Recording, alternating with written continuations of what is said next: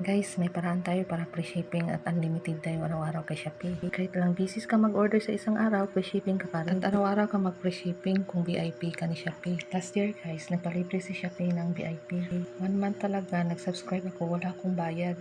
Natsambahan ko lang yung 1 month na free. Nakita ko kasi nung una sa Shopee app ko, may free member, subscribe. At wala talagang bayad for 1 month. Ngayon, nag-enjoy ako, free shipping ako araw-araw. Ang dami kong na-order. Ayan guys, makikita natin na daily free shipping tayo dyan. Then, 20% off daily. Then, dito sa Shopee nila, sa VIP, sure win nga po tayo. Then, 1 new member deal. Then, Monday exclusive. Siguro itong piso deal guys, ay namigay sila ng 1 piso na item lang.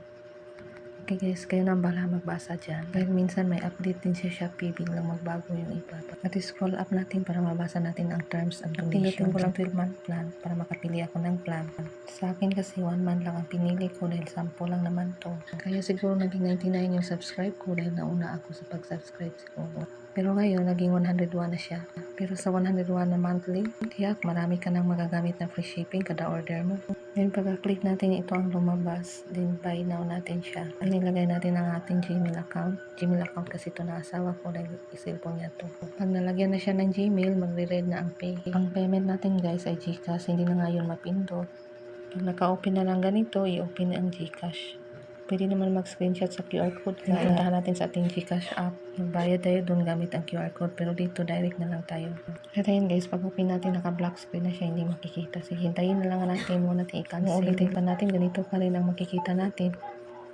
Kaya hintayin na lang natin dahil ma-open naman ito mamaya. At ayun guys, na-open na natin ang ating GCash. Bali, nakakonect to sa ating Shopee. At ayun guys, na-open na natin ating GCash. At kailangan tayong maghintay ulit ng ilang minuto. Medyo matagal talaga ito ma-open guys. Mga ilang minuto pa siya bago ma-open. Cut ko na lang ang video guys para mas madali matapos to.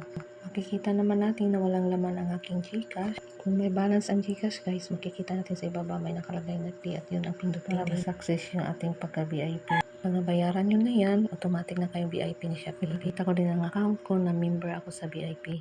At dito naman guys, makikita na natin ang VIP. Then pindutin ko lang ang VIP. At yun guys, yun ang makikita natin. Basahin lang natin nasa itaas.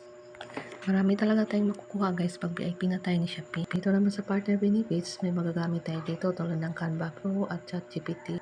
Scroll up natin guys para makikita natin cancel subscription. Pag ayaw na natin mag-subscribe, pwede natin i-cancel dito. At yung bayad ko pala ay dati pinili ko sa GCash pero na-transfer ko pala. Pero nag-change ako ng payment guys dahil minsan nakalimutan ko din magbayad. Then meron naman akong SPay later at ayun, automatic mabawas to. At yun lang guys, kung nagustuhan mo ang video na ito, paki-like, follow, and subscribe for new videos tutorial. Maraming salamat.